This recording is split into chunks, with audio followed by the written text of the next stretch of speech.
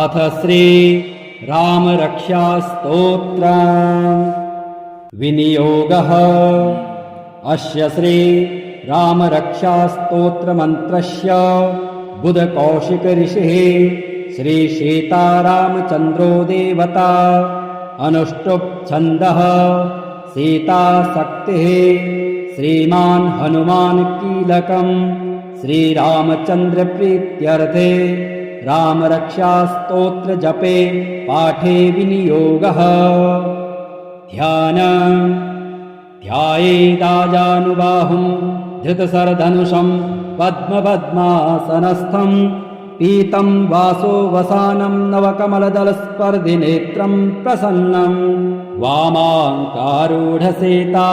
मुखकमल मिलल्लोचनं नीरदाभं नानालङ्कारदीप्तं दधतमुर्जटा मण्डलं रामचन्द्रम् चरितं रघुनाथस्य शतकोटे प्रविस्तरम् एकैकमक्षरं पुंसां महापातकनाशनं ध्यात्वा नीलोत्पलश्यामं रामं राजीवलोचनं जानकी लक्ष्मणोपेतं जटामुकुटमण्डितं सासे तूर्णधनुर्बाण पाणिं नक्तं चरान्तकं स्वलीलया जगत्तातु माविर्भूतमजं विभो। राम रक्षां पठेत् प्राज्ञः पापगनिं सर्वकामदां शिरो मे राघवः पातु बालं दशरथात्मजः कौसल्येयो दृशो पातु विश्वामित्र प्रियः सुते घ्राणं पातु मखत्राता मुखं सौमित्रिवत्सलः जिह्वां विद्यानिधिः पातु कंठं भरतवन्दितः स्कन्धो दिव्यायुधः पातु भुजो भग्नेशकार्मुकः करौ सीतापतिः पातु हृदयं जामदग्निजित् मध्यं पातु खरध्वंसे नाभिं जामवदाश्रयः सुग्रीवेशः कटे पातु शक्तिनी हनुमत्प्रभो ऊरू रघुत्तमः पातु रक्षः कुलविनाशकृत् जानुनी सेतुकृत पातु जङ्घे दशमुखान्तकः पादौ विभीषणास्वेदः पातु रामोऽखिलं वपुः एतां रामबलोपेतां रक्षां यः सुकृते पठेत् स चिरायुः सुखी पुत्रे विजयी विनयी भवेत्। पातालभूतलव्योम चारिणच्छद्मचारिणः न दृष्टुमपेत्सक्तास्ते रक्षितं रामनामभिः। रामेति रामभद्रेति रामचन्द्रेति वा स्मरन् नरो न लिप्यते पापे भुक्तिं मुक्तिं च विन्दति। जगज्जैत्रैकमन्त्रेण रामनाम्नाभिरक्षितं यः कण्ठे धारयेत् तस्य करस्थाः सर्वसिद्धयः। वज्रपञ्जरनामेदं यो राम कवचं स्मरेत् अव्याहताज्ञः सर्वत्र लभते जयमङ्गलम्। आदिष्टवान् यथा स्वप्ने रामरक्षामिमां हरः तथा लिखितवान् प्रातः प्रबुद्धो बुधकौशिकः। आरामः कल्पवृक्षाणां विरामः सकलापदाम् अभिरामस्त्रिलोकानां रामः श्रीमान् सनः प्रभो। तरुणो रूपसम्पन्नो सुकुमारो महाबलो पुण्डरीकविशालाक्षो चीरकृष्णाजिनाम्बरो फलमूलासिनो दान्तो तापसो ब्रह्मचारिणो पुत्रो दशरथस्येतौ भ्रातरो रामलक्ष्मणो शरण्यो सर्वसत्त्वानां श्रेष्ठो सर्वधनुष्मतां रक्षः कुलनिहन्तारो त्रायेतां नो रघुत्तमो। आतसज्जधनुषा विशुस्पृशा वक्षया शुगनिषङ्गशङ्गिनौ रक्षणाय मम रामलक्ष्मणा वग्रतः पथि सदैव गच्छताम्। सन्नद्धा कवची खड्गे चापबाणधरो युवा गच्छन् मनोरथान्नश्च रामः पातु स लक्ष्मणः। रामो दाशरथे सूरो लक्ष्मणानुचरो बले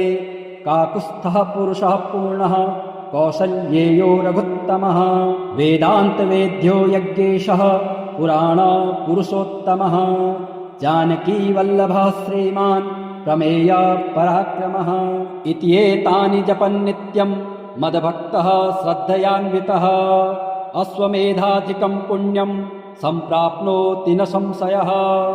रामं दूर्वादलश्यामं पदमाक्षं पीतवाससं स्तुवन्ते नामभिर्दिव्यैर्न ते संसारिणो नरः रामं लक्ष्मणपूर्वजं रघुवरं सीतापतिं सुन्दरं काकुत्स्थं करुणाणवं गुणनिधिं विप्रप्रियं धार्मिकं राजेन्द्रं सत्यसन्धं दशरथतनयं श्यामलं शान्तिमूर्तिं वन्दे लोकाभिरामं रघुकुलतिलकं राघवं रावणारें रामाय रामभद्राय रामचन्द्राय वेधसे रघुनाथाय नाथाय सीतायाः पतये नमः। श्रीराम राम रघुनन्दन राम राम श्रीराम राम भरताग्रज राम राम श्रीराम राम रणकर्कश राम राम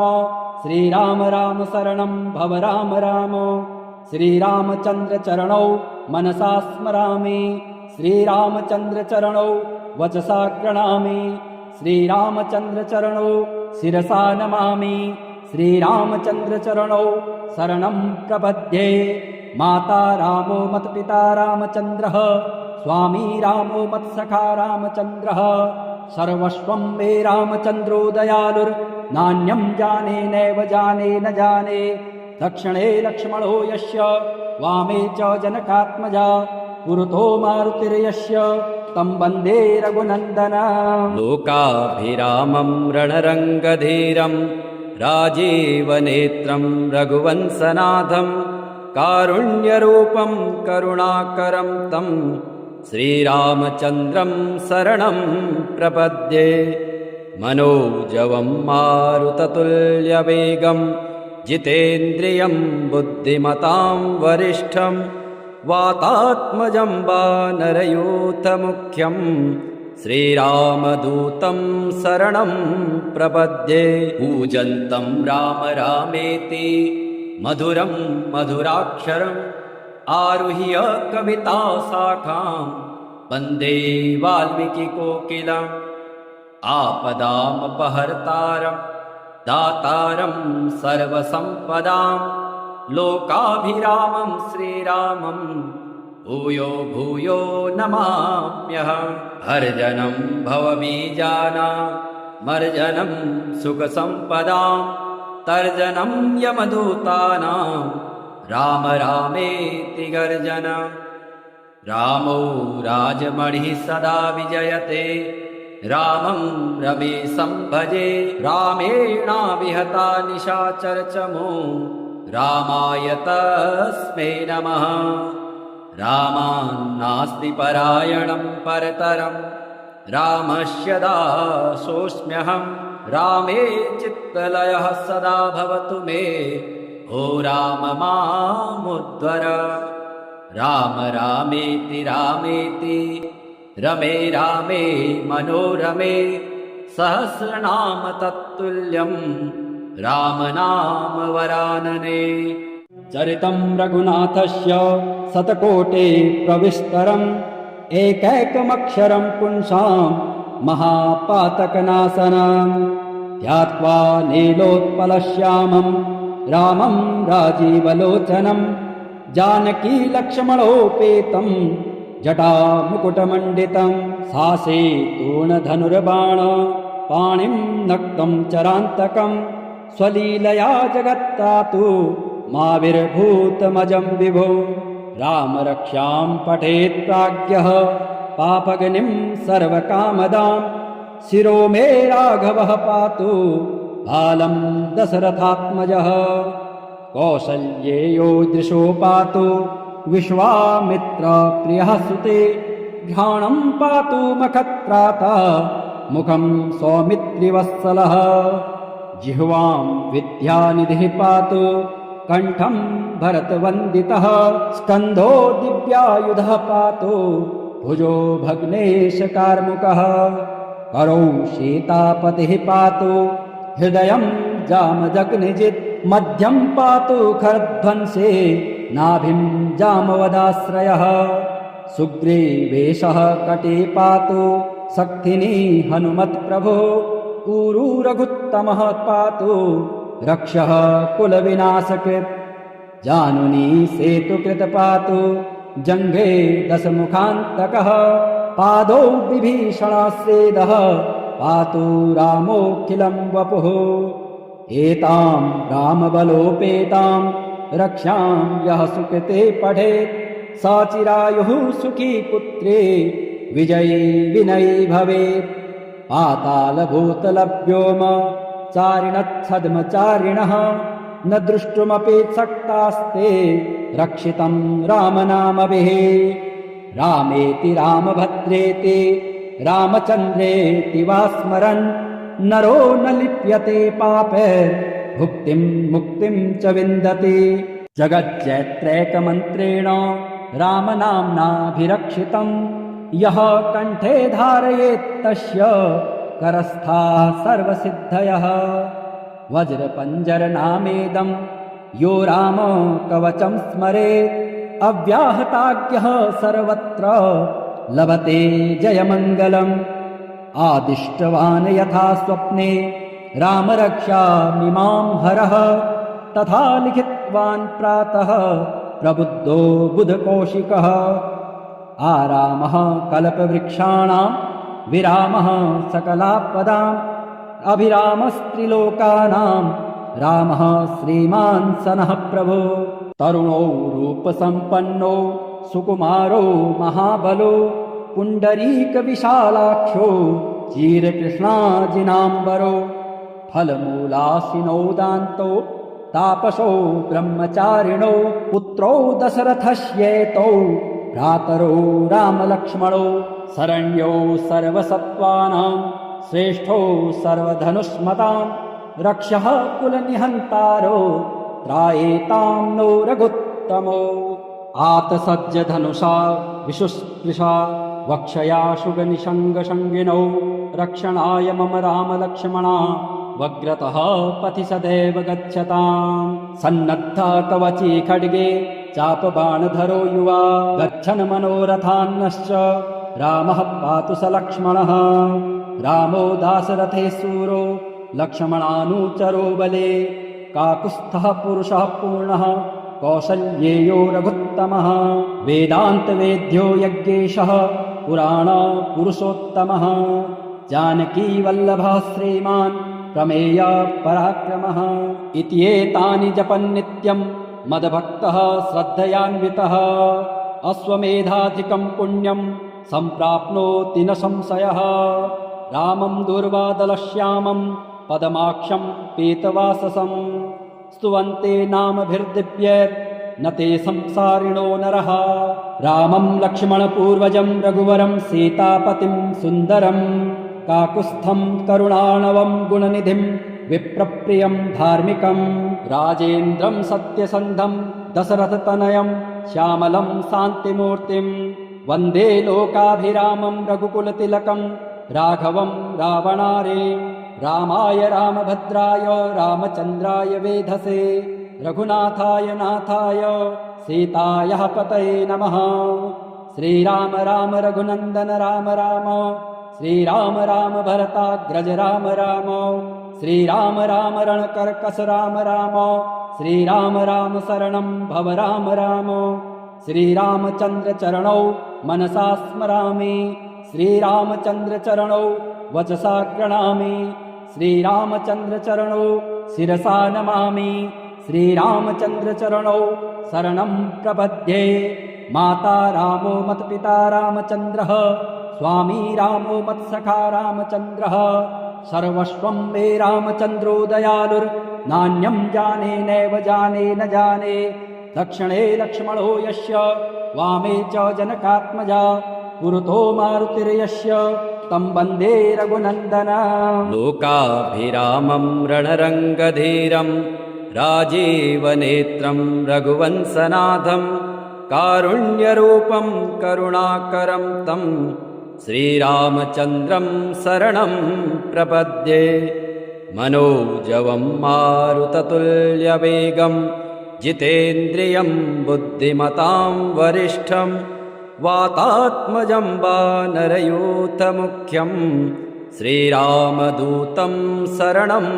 प्रपद्ये कूजन्तं राम रामेति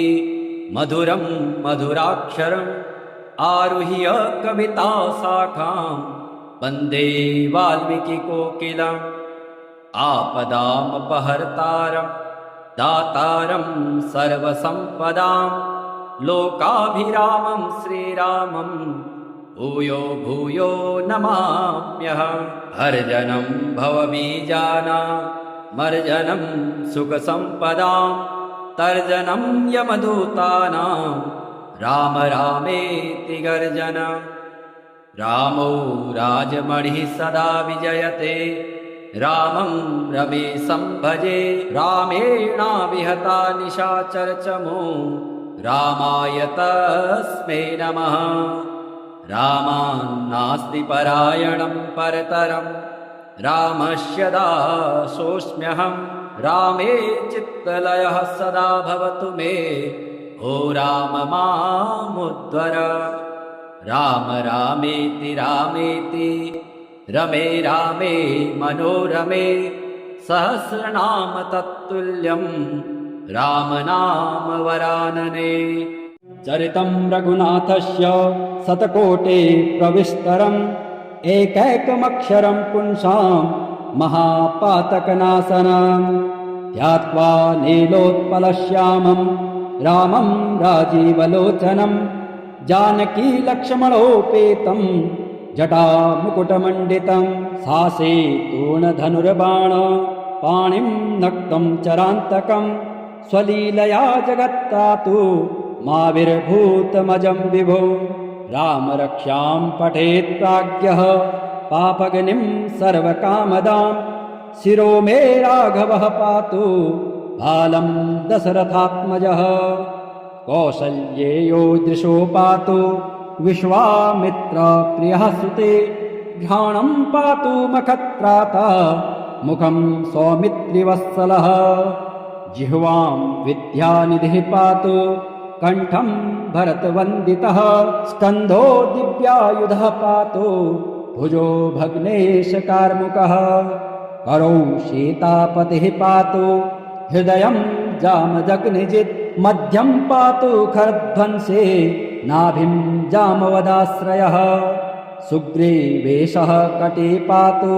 शक्तिनी हनुमत्प्रभो ऊरू रघुत्तमः पातु रक्षः कुलविनाशकृत् जानुनी सेतुकृत पातु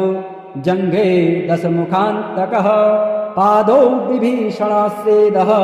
पातु रामोऽखिलं वपुः एतां रामबलोपेतां रक्षां यः सुकृते पठेत्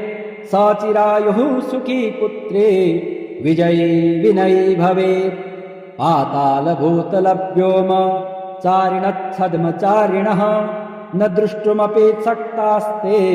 रक्षितं रामनामभिः रामेति रामभद्रेति रामचन्द्रेति वा स्मरन् नरो न लिप्यते पापैर्भुक्तिं मुक्तिं च विन्दति जगज्जैत्रैकमन्त्रेण रामनाम्नाभिरक्षितं यः कण्ठे धारयेत् तस्य करस्थाः सर्वसिद्धयः वज्रपञ्जरनामेदं यो राम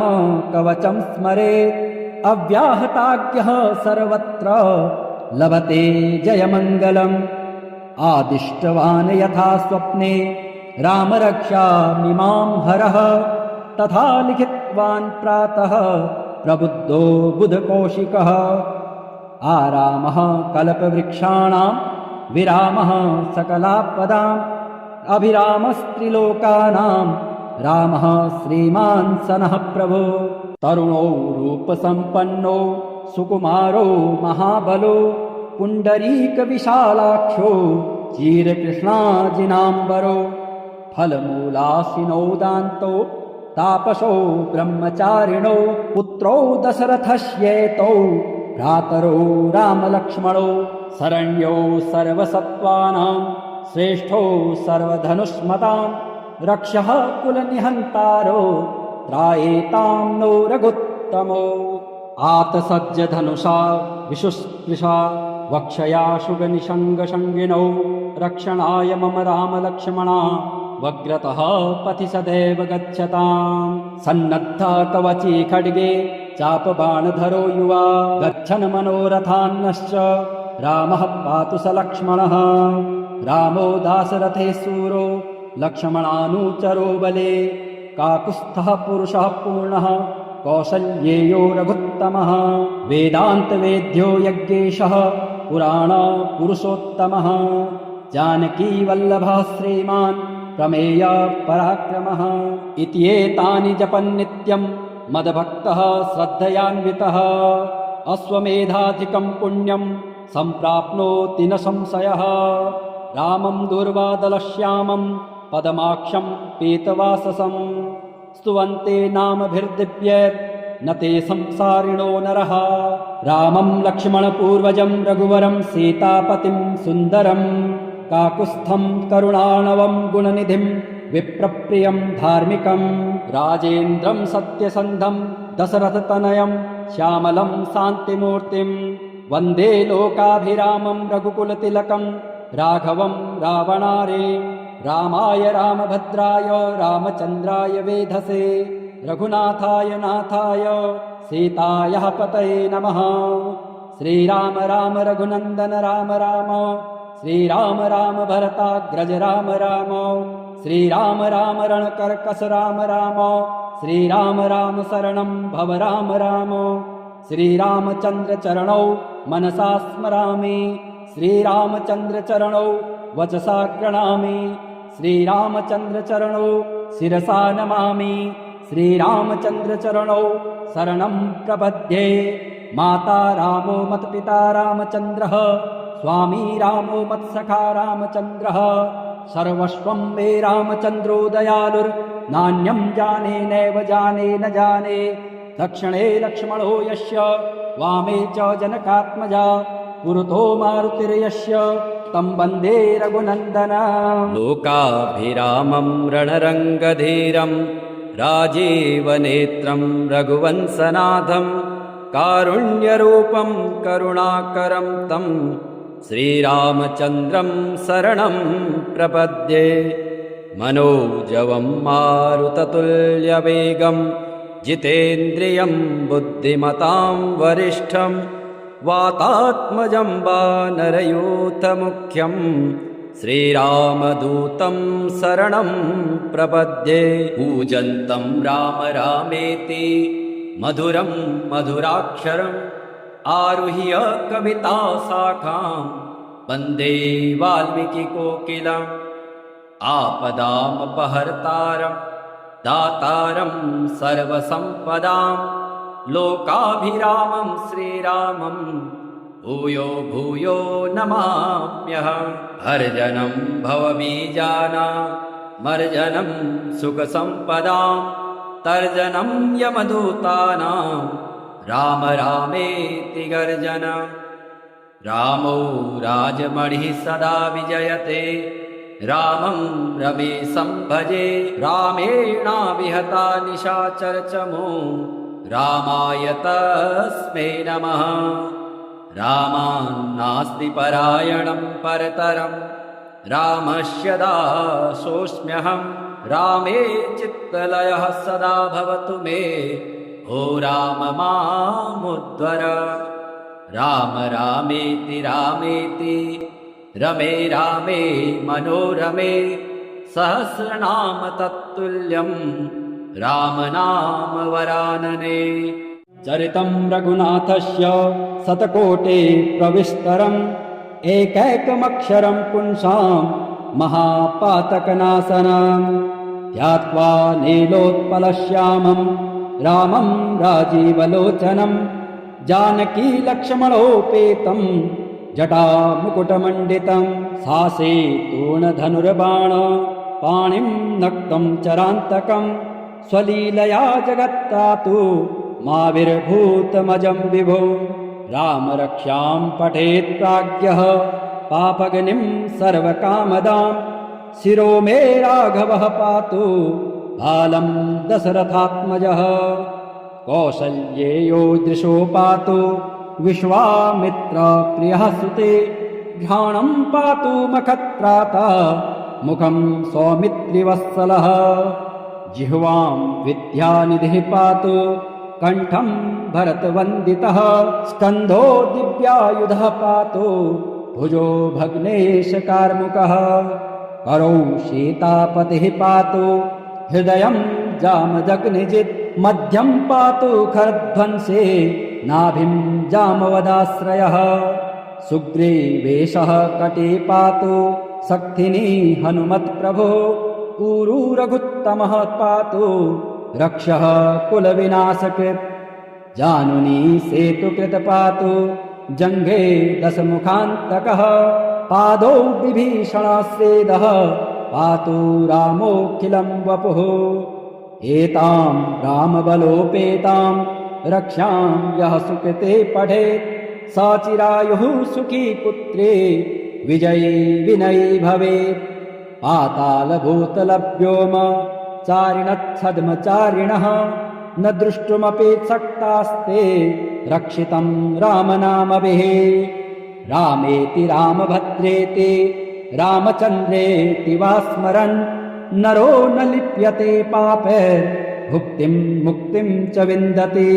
जगज्जैत्रैकमन्त्रेण रामनाम्नाभिरक्षितं यः कण्ठे धारयेत् तस्य करस्थाः सर्वसिद्धयः वज्रपञ्जरनामेदं यो राम कवचं स्मरेत् अव्याहताज्ञः सर्वत्र लभते जयमङ्गलम् आदिष्टवान् यथा स्वप्ने रामरक्षामिमां हरः तथा लिखितवान् प्रातः प्रबुद्धो बुधकौशिकः आरामः कल्पवृक्षाणां विरामः सकलापदाम् अभिरामस्त्रिलोकानां रामः श्रीमान् सनः प्रभो तरुणो रूपसम्पन्नो सुकुमारो महाबलो पुण्डरीकविशालाक्षो चीरकृष्णाजिनाम्बरो फलमूलासिनो दान्तो तापसो ब्रह्मचारिणो पुत्रौ दशरथस्येतौ भ्रातरो रामलक्ष्मणौ शरण्यो सर्वसत्त्वानां श्रेष्ठो सर्वधनुष्मतां रक्षः कुलनिहन्तारो त्रायेतां नो रघुत्तमो आतसज्जधनुषा विशुस्पृशा वक्षया शुगनिषङ्गशङ्गिनौ रक्षणाय मम रामलक्ष्मणा वग्रतः पथि सदैव गच्छताम् सन्नद्धा कवची खड्गे चापबाणधरो युवा गच्छन् मनोरथान्नश्च रामः पातु स लक्ष्मणः रामो दाशरथे शूरो लक्ष्मणानुचरो बले काकुत्स्थः पुरुषः पूर्णः कौसल्येयो रघुत्तमः वेदान्तवेद्यो यज्ञेशः पुराण पुरुषोत्तमः जानकी वल्लभः श्रीमान् प्रमेय पराक्रमः इत्येतानि जपन्नित्यं मदभक्तः श्रद्धयान्वितः अश्वमेधाधिकं पुण्यं सम्प्राप्नोति न संशयः रामं दूर्वादलश्यामं पदमाक्षं पीतवाससं स्तुवन्ते नामभिर्दिव्यैर् न ते संसारिणो नरः रामं लक्ष्मणपूर्वजं रघुवरं सीतापतिं सुन्दरं काकुत्स्थं करुणाणवं गुणनिधिं विप्रप्रियं धार्मिकं राजेन्द्रं सत्यसन्धं दशरथतनयं श्यामलं शान्तिमूर्तिं वन्दे लोकाभिरामं रघुकुलतिलकं राघवं रावणारे रामाय रामभद्राय रामचन्द्राय वेधसे रघुनाथाय नाथाय सीतायाः पतये नमः श्रीराम राम रघुनन्दन राम राम श्रीराम राम भरताग्रज राम राम श्रीराम राम रणकर्कश राम राम श्रीराम राम शरणं भव राम राम श्रीरामचन्द्र चरणौ मनसा स्मरामि श्रीरामचन्द्र चरणौ वचसा गृह्णामि श्रीरामचन्द्र चरणौ शिरसा नमामि श्रीरामचन्द्र चरणौ शरणं प्रपद्ये माता रामो मत्पिता रामचन्द्रः स्वामी रामो मत्सखा रामचन्द्रः सर्वस्वं मे रामचन्द्रो दयालुर्नान्यं जाने नैव जाने न जाने दक्षिणे लक्ष्मणो यस्य वामे च जनकात्मजा पुरतो मारुतिर्यस्य तं वन्दे रघुनन्दनम् लोकाभिरामं रणरङ्गधीरं राजीवनेत्रं रघुवंशनाथं कारुण्यरूपं करुणाकरं तं श्रीरामचन्द्रं शरणं प्रपद्ये मनोजवं मारुततुल्यवेगं जितेन्द्रियं बुद्धिमतां वरिष्ठं वातात्मजं वानरयूथमुख्यं श्रीरामदूतं शरणं प्रपद्ये कूजन्तं राम रामेति मधुरं मधुराक्षरम् आरुह्य कविताशाखां वन्दे वाल्मीकिकोकिलम् आपदामपहर्तारं दातारं सर्वसम्पदां लोकाभिरामं श्रीरामं भूयो भूयो नमाम्यहम् अर्जनं भवबीजानां मर्जनं सुखसम्पदां तर्जनं यमदूतानां राम रामेति गर्जन रामो राजमणिः सदा विजयते रामं रमेशं भजे रामेणाविहता निशाचरचमो रामाय तस्मै नमः रामान्नास्ति परायणं परतरं रामस्य दासोऽस्म्यहं रामे चित्तलयः सदा भवतु मे ओ राम मामुद्धर राम रामेति रामेति रमे रामे मनोरमे सहस्रनाम तत्तुल्यं राम नाम वरानने चरितं रघुनाथस्य शतकोटे प्रविस्तरम् एकैकमक्षरं पुंसां महापातकनाशनं ध्यात्वा नीलोत्पलश्यामं रामं राजीवलोचनं जानकी लक्ष्मणोपेतं जटामुकुटमण्डितं सासे तूणधनुर्बाण पाणिं नक्तं चरान्तकं स्वलीलया जगत्तातु माविर्भूतमजं विभो राम रक्षां पठेत् प्राज्ञः पापगनिं सर्वकामदां शिरो मे राघवः पातु बालं दशरथात्मजः कौसल्येयो दृशो पातु विश्वामित्रप्रियः सुते घ्राणं पातु मखत्राता मुखं सौमित्रिवत्सलः जिह्वां विद्यानिधिः पातु कण्ठं भरतवन्दितः स्कन्धो दिव्यायुधः पातु भुजो भग्नेशकार्मुकः करौ सीतापतिः पातु हृदयं जामदग्निजित् मध्यं पातु खरध्वंसे नाभिं जामवदाश्रयः सुग्रीवेशः कटे पातु शक्तिनी हनुमत्प्रभो ऊरू रघुत्तमः पातु रक्षः कुलविनाशकृत् जानुनी सेतुकृत पातु जङ्घे दशमुखान्तकः पादौ विभीषणस्येदः पातु रामोऽखिलं वपुः एतां रामबलोपेतां रक्षां यः सुकृते पठेत् स चिरायुः सुखी पुत्रे विजयी विनयी भवेत् पातालभूतलव्योम चारिणच्छद्मचारिणः न दृष्टुमपेक्षक्तास्ते रक्षितं रामनामभिः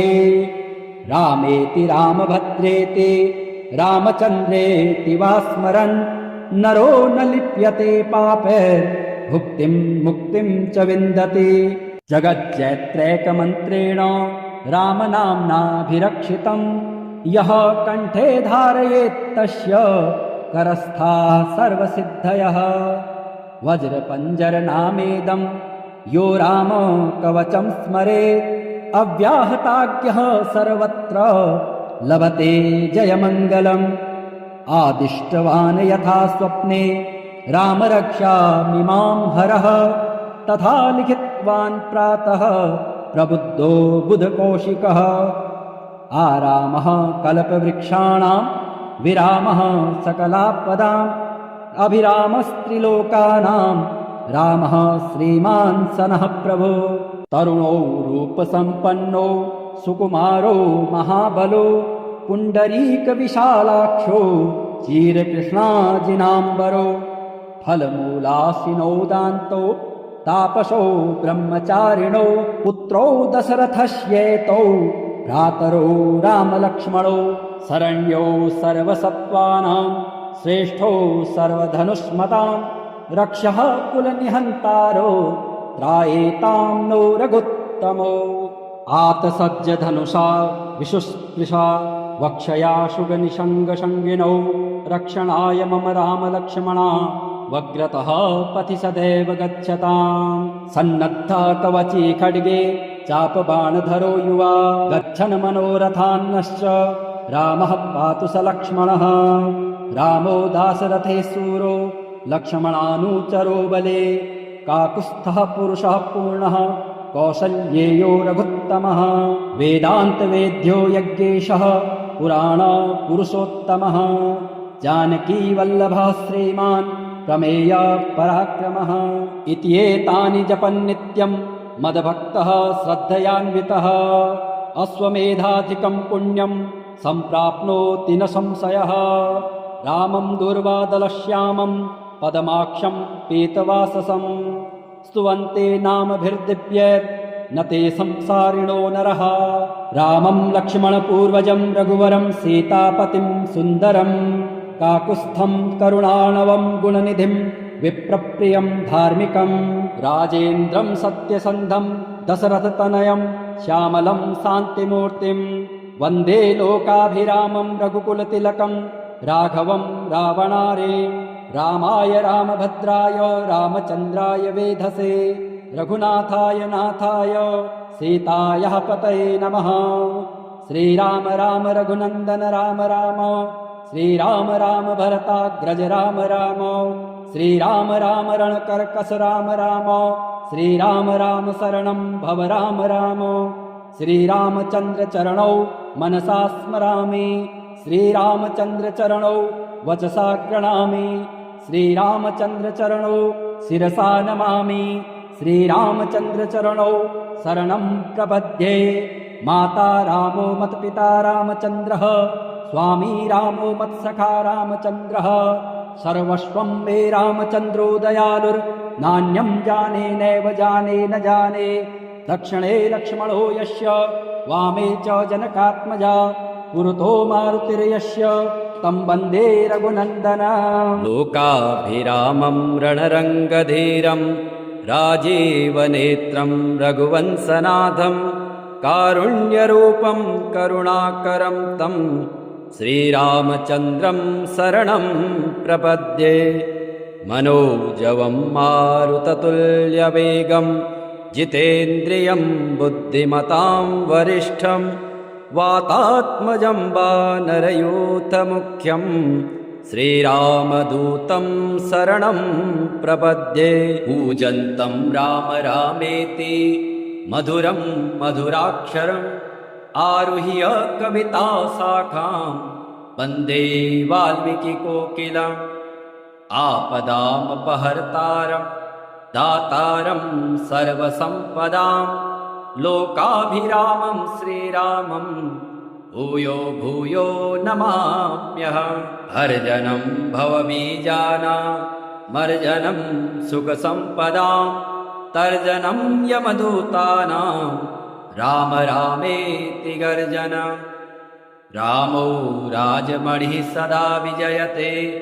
रामं रमेशं भजे रामेणाविहता निशाचरचमो रामाय तस्मै नमः रामान्नास्ति परायणं परतरं रामस्य दासोऽस्म्यहं रामे चित्तलयः सदा भवतु मे ओ राम मामुद्धर राम रामेति रामेति